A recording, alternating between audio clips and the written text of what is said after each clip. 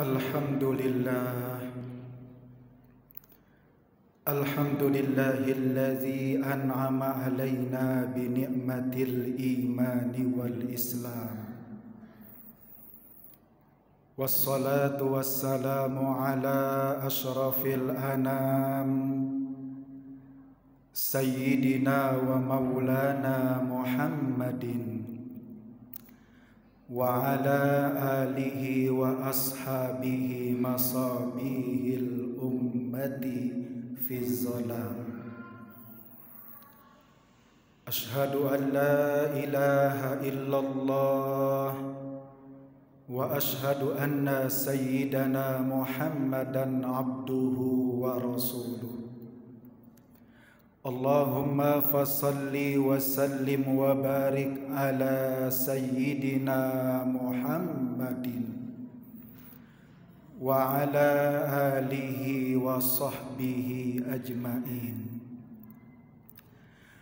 Amma ba'du, fa ya ayyuhal muslimun, usikum wa iyaya nafsi bitaqwallah, faqad fazal muttaqun. Ittaqullaha haqqa tuqatih wa la tamutunna illa wa antum muslimun. Faqad qala Allah ta'ala fil Qur'anil Karim wa huwa asdaqul qailin. Ya ayyuhallazina amanu taqullaha wal tanzur nafsum ma qaddamat lighad wattaqullah innallaha khabirum bima ta'malun. Wa qala an-nabiy sallallahu alaihi wasallam, iyyakum wal hasada fa innal hasada la ya'kulul hasanat kama ya'kulun naru al-khataba.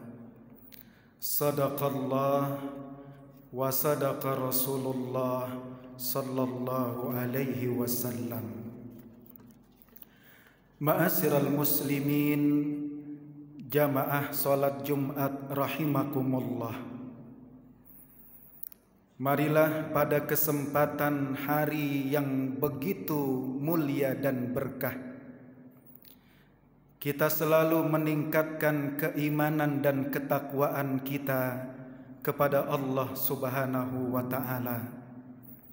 Dengan bekal ketakwaan kepada Allah, niscaya kita akan memperoleh kebahagiaan hidup di dunia dan di akhirat. Amin ya rabbal alamin.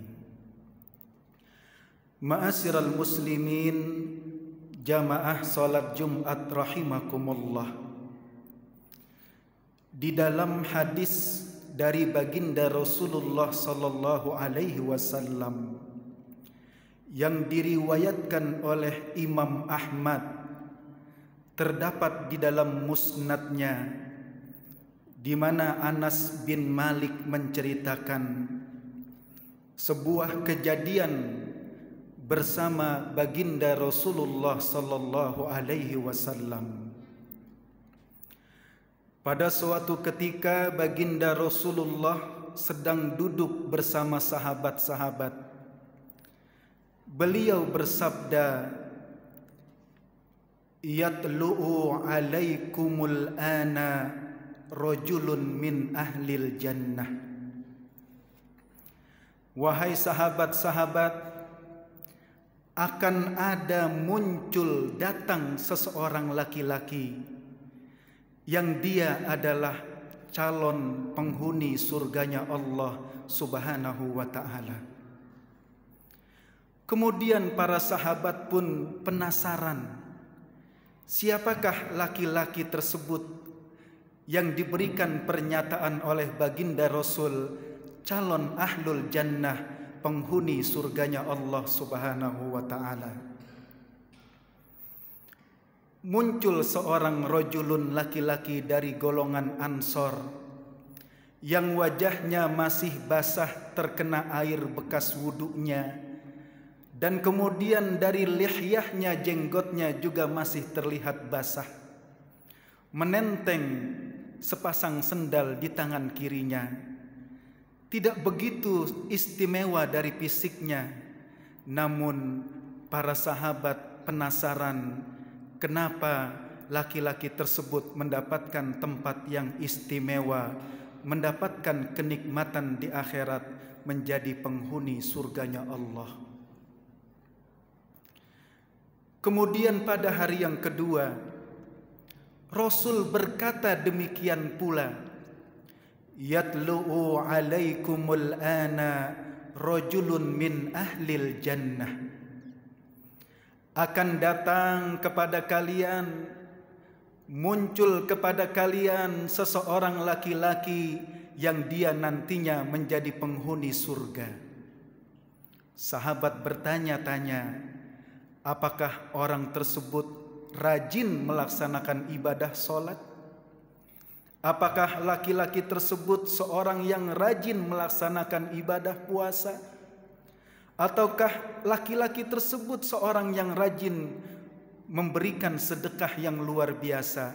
Semuanya penasaran kenapa orang tersebut mendapatkan tempat yang mulia. Lalu muncul laki-laki yang kemarin juga, yang sama datang dari golongan Ansor. Dia lagi yang muncul. Kemudian pada hari yang berikutnya, di hari yang ketiga, Rasul berkata demikian, yatlu'u alaikumul ana rajulun min ahlil jannah. Akan datang kepada kita semua, sebentar lagi muncul seseorang penghuni surganya Allah Subhanahu wa ta'ala. Ternyata yang muncul dia kembali orang tadi. Para sahabat begitu heran, ada apa gerangan amalan ibadah yang dikerjakan laki-laki tersebut sehingga mendapatkan kebahagiaan kelak di akhirat, mendapatkan tempat kenikmatan yang tiada tara di dalam surganya Allah. Akhirnya seorang sahabat yang bernama Abdullah bin Amr bin As berinisiatif untuk mengetahui betul-betul penasaran apakah amalan yang dilakukan, seistimewa apa orang tersebut. Akhirnya dia datangi laki-laki tersebut. Dia meminta izin kepada laki-laki tersebut untuk tinggal menginap di rumahnya selama 3 hari. Kemudian laki-laki dari golongan Ansor tersebut memberikan izin kepada sahabat Abdullah bin Amr bin As. Pada malam yang pertama, sahabat Abdullah bin Amr bin As mengintip, menginvestigasi amalan apa yang dia kerjakan. Ternyata amalannya yang dia kerjakan sama dengan sahabat-sahabat yang lain. Dan boleh jadi amalan sahabat-sahabat yang lain lebih luar biasa dibanding dia. Kemudian pada hari yang malam kedua, dilihat lagi, diintip apa yang dia kerjakan amalan ibadahnya. Ternyata sama juga, tidak ada yang istimewa, tidak ada yang spesial yang dilakukannya. Semua yang dilakukan amalan-amalan yang wajib. Bahkan dia bangun menjelang sholat subuh. Di sepertiga malam dia luput daripada qiyamul lail. Pada hari yang ketiga, malam yang ketiga pun demikian. Tidak ada yang spesial ibadah yang dia kerjakan, sama dengan yang dia lakukan sahabat-sahabat lainnya. Kemudian tidak mendapatkan jawaban. Alasan apa gerangan rahmatnya Allah turun kepada laki-laki tersebut? Akhirnya dia berkata dengan jujur, Abdullah bin Amr bin As, ya Abdullah, wahai hambanya Allah, tujuan aku menginap di rumahmu, aku ingin mengetahui amalan apa yang dikatakan oleh baginda Rasul, engkau mendapatkan tempat yang mulia di sisi Allah. calon penghuni surga. Maka dari itu aku menginap di rumahmu, ingin mengetahui betul sehingga aku dapat mengamalkan, menirukan seperti engkau, sehingga aku nantinya dapat jaminan surganya Allah. Apa yang dia ucapkan dengan ringan, dengan begitu singkatnya dia menjawab laki-laki tersebut, ma huwa illa ma ra'aita. Yang aku kerjakan adalah apa yang telah engkau lihat selama 3 malam tinggal di rumahku. Aku tidak mengerjakan kecuali amalan-amalan yang wajib. Subhanallah. Abdullah bin Amr bin As meremehkan orang tersebut. Hanya amalan yang seperti kebanyakan orang yang dikerjakan yang dia kerjakan. Tetapi kenapa alasan Allah memberikan tempat yang mulia kepada orang tersebut? Lalu laki-laki tersebut mengatakan, ketika Abdullah bin Amr bin As ingin pamit dari rumahnya, memang betul aku hanya mengerjakan apa yang kamu lihat. Namun di dalam hatiku, la ajidu li ahadin minal muslimina ghassan.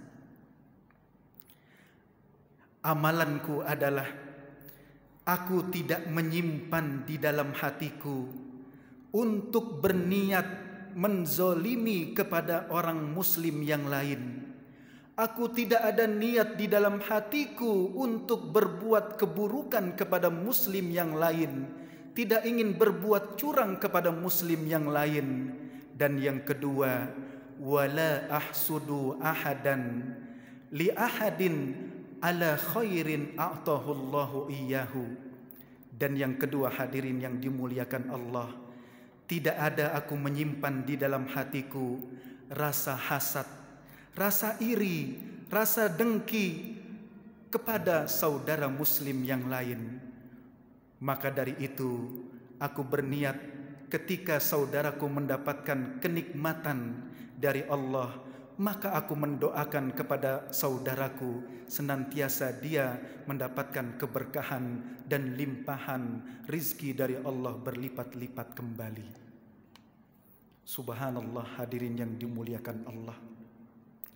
Dari kisah hadis tersebut dapat kita ambil pelajaran buat kita, bukan saja hanya semata-mata ibadah yang dapat menghantarkan seorang muslim dapat masuk ke surganya Allah.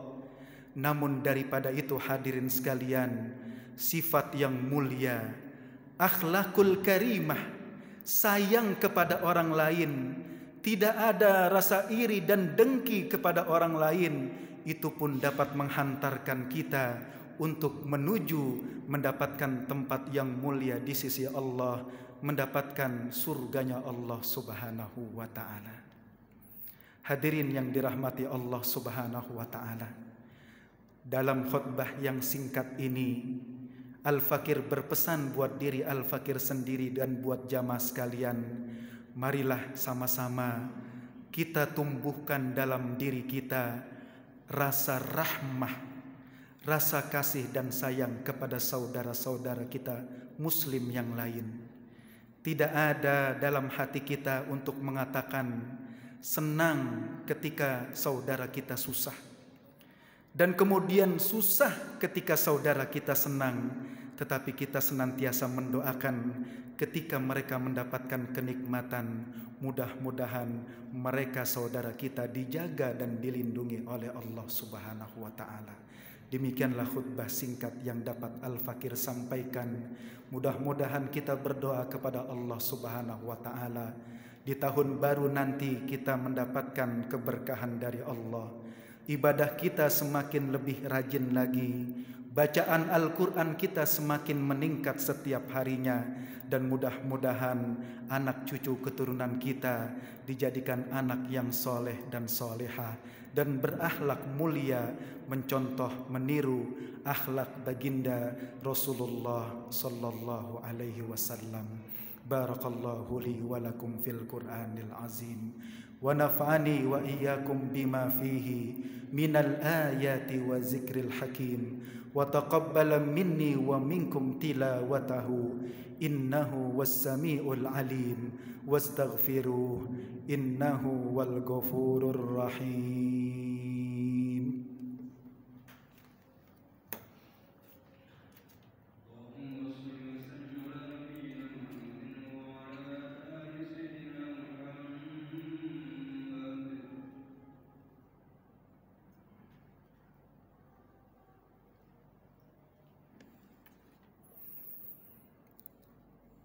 الحمد لله الذي أمرنا بالاتحاد والاعتصام بحبل الله المتين. أشهد أن لا إله إلا الله وحده لا شريك له وأشهد أن سيدنا محمدا عبده ورسوله المبعوث رحمة للعالمين. أما بعد فيا أيها المسلمون wa'lamu annallaha subhanahu wa ta'ala amarakum bi amrin bada'a fihi bi nafsihi wa thanna bi malaikatil musabbihati bi qudsihi faqala ta'ala fil qur'anil karim innallaha wa malaikatahu yusalluna 'alan nabi ya ayyuhalladzina amanu sallu 'alaihi wa sallimu taslima. Allahumma salli wa sallim wa barik ala sayyidina Muhammadin wa ala alihi wa ashabihi ajma'in wa tabi'ina wa tabi'it tabi'in wa man tabi'ahum bi ihsanin ila yaumiddin wa alaina ma'ahum bi rahmatika ya arhamar rahimin. Allahumma aslih jami'a wulatil muslimin وانصر الإسلام والمسلمين وأعلي كلمتك إلى يوم الدين. اللهم اغفر للمسلمين والمسلمات والمؤمنين والمؤمنات الأحياء منهم والأموات إنك سميع قريب مجيب دعوات ويا قاضي الحاجات. ربنا افتح بيننا وبين قومنا بالحق وأنت خير الفاتحين. ربنا آتنا في الدنيا حسنة وفي الآخرة حسنة وقنا عذاب النار.